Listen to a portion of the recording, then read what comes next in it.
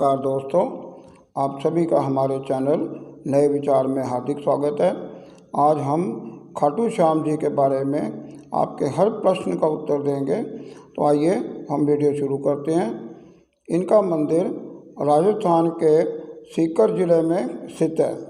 इनके मंदिर से निकटतम रेलवे स्टेशन रिंगस है। आपके सभी प्रश्नों का उत्तर हम इस वीडियो में देते रहेंगे। आप वीडियो देखते रहिए। यदि आपने हमारे चैनल को सब्सक्राइब नहीं किया है तो कृपया सब्सक्राइब करके बेल आइकन को भी क्लिक कर दीजिएगा ताकि हर नई वीडियो का नोटिफिकेशन आपको प्राप्त हो सके। पहले हम खाटू श्याम जी का परिचय आपको देते हैं। ये कृष्ण जी के कलयुग के अवतार हैं। इन्हें स्वयं भगवान श्री कृष्ण जी ने वरदान दिया था कि आप कलयुग में हमारे नाम से पूजे जाओगे। अब इनकी पूरा परिचय प्राप्त कीजिए।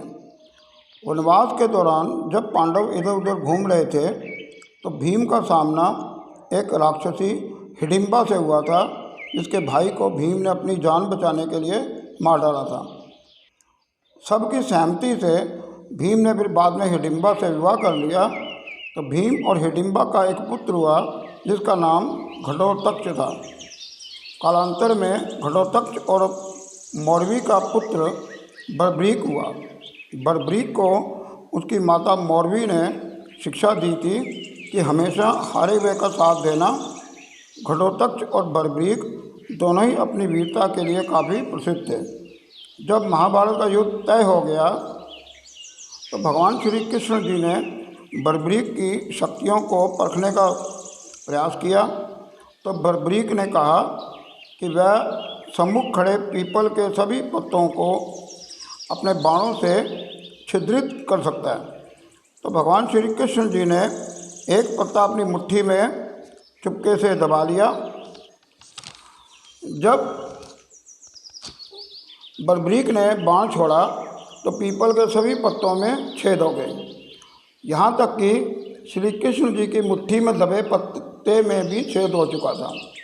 तो श्री कृष्ण जी बर्बरीक की शक्तियों को देखकर दंग रह गए। जब उन्होंने बर्बरीक से पूछा कि वह युद्ध में किसका साथ देगा तो बर्बरीक ने कहा कि वह हारे हुए का पक्ष लेगा और उसी हारे हुए पक्ष का साथ देगा।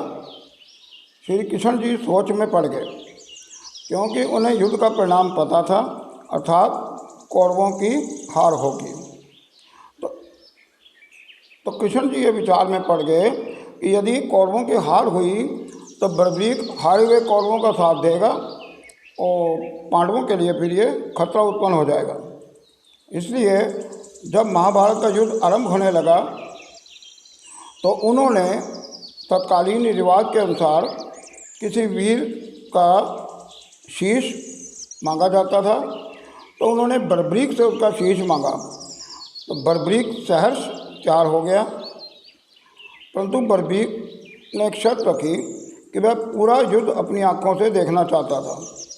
इस पर भगवान श्री कृष्ण जी ने बर्बरीक के सिर को एक पहाड़ी पर स्थापित कर दिया और बर्बरीक वहाँ से पूरे युद्ध को अपनी आँखों से देखता रहा। जब महाभारत का युद्ध समाप्त हुआ तो पांडवों की जीत हुई और कौरवों की हार हुई। हर कोई इस जीत का श्रेय अपने को देने लगा। जब बर्बरीक से पूछा गया तो उसने कहा यह जीत केवल भगवान श्री कृष्ण जी के कारण हुई है। तो भगवान श्री कृष्ण जी ने बर्बरीक की वीरता तथा उसके बलिदान से प्रसन्न होकर उसे वरदान दिया कि कलयुग में तुम्हें मेरे नाम से जाना जाएगा तथा पूजा जाएगा। फिर बर्बरीक के शीश को रूपावती नदी में जल समाधि दे दी। कलयुग में कालांतर में एक आश्चर्यजनक घटना घटी।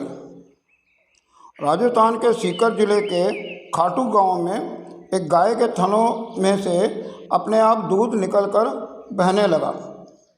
कहा जाता है कि बर्बरीक का शीश फाल्गुन मास के शुक्ल पक्ष की एकादशी को पाया गया था और ये वही दिन था जिस दिन भगवान श्री कृष्ण जी ने बर्बरीक से उसका शीश मांगा था।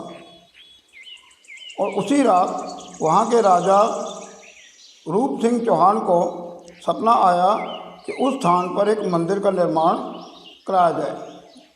कुछ कथाओं के अनुसार राजा की पत्नी नर्मदा कंवर को सपना आने की बात बताई गई है और उनको सपने में आदेश दिया गया कि वहाँ एक मंदिर बनाया जाए। तो वहाँ खुदाई करने पर बर्बरीक का शीश तथा काले पत्थर की एक मूर्ति प्राप्त हुई थी, जिसकी बड़ी बड़ी मूछें थीं तथा चेहरे पर वीर रस का भाव था और उनकी आंखें खुली हुई थीं। कहा जाता है कि राजा रूप सिंह चौहान ने 1027 ईस्वी में इस मंदिर का निर्माण करवाया तथा उस मूर्ति को वहाँ स्थापित कर दिया।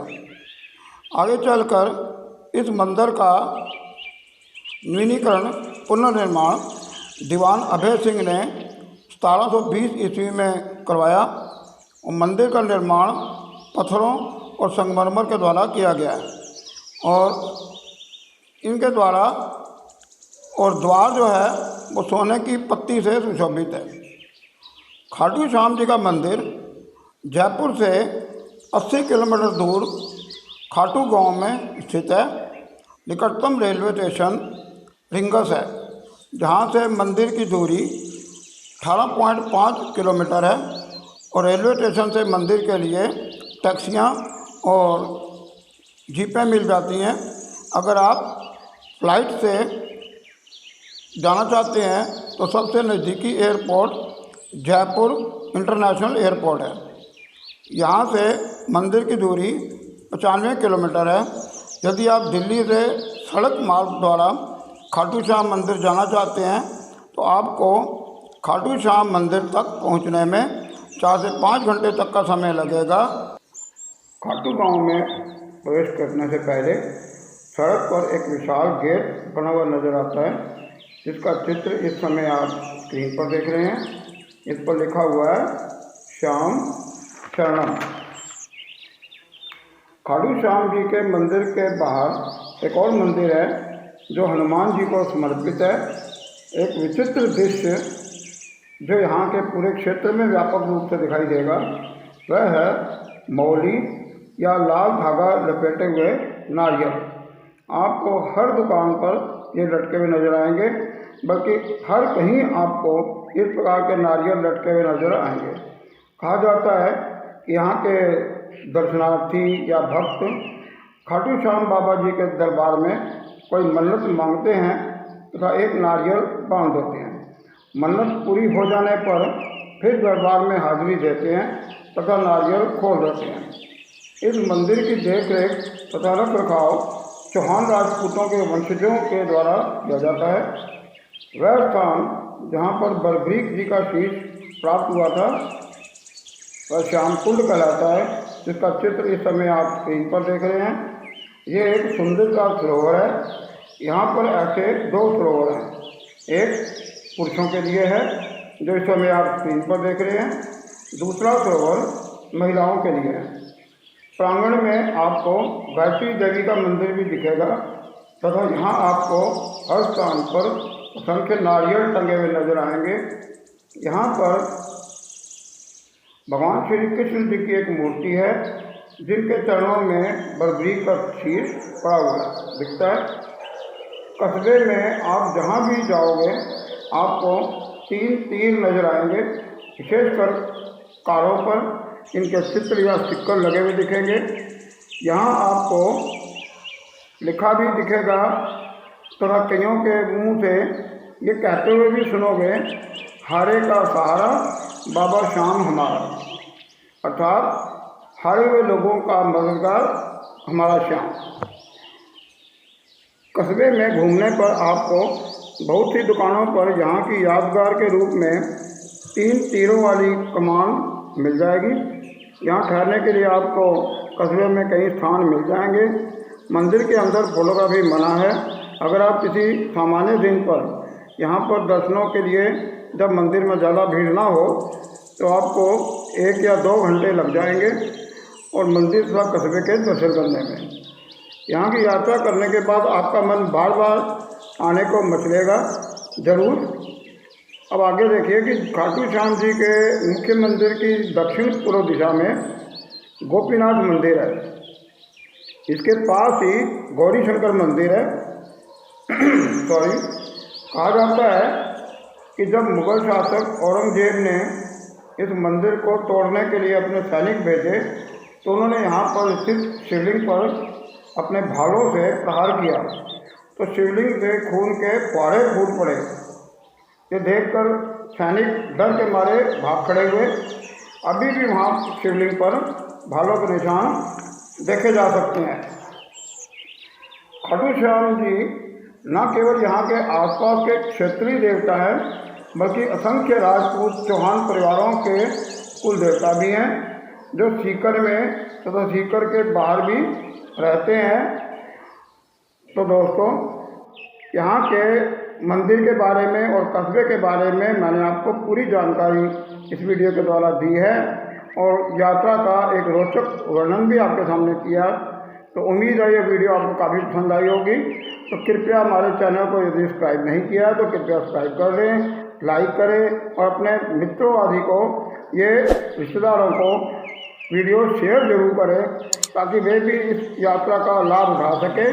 और अगर आप वहाँ जाना चाहते हैं तो आप वहाँ की यात्रा भी कीजिए और हमारी वीडियो को शेयर जरूर कीजिएगा। तो धन्यवाद, मिलते हैं फिर आपसे अगली वीडियो में। तब तक के लिए धन्यवाद। जय खाटू श्याम बाबा जी की जय।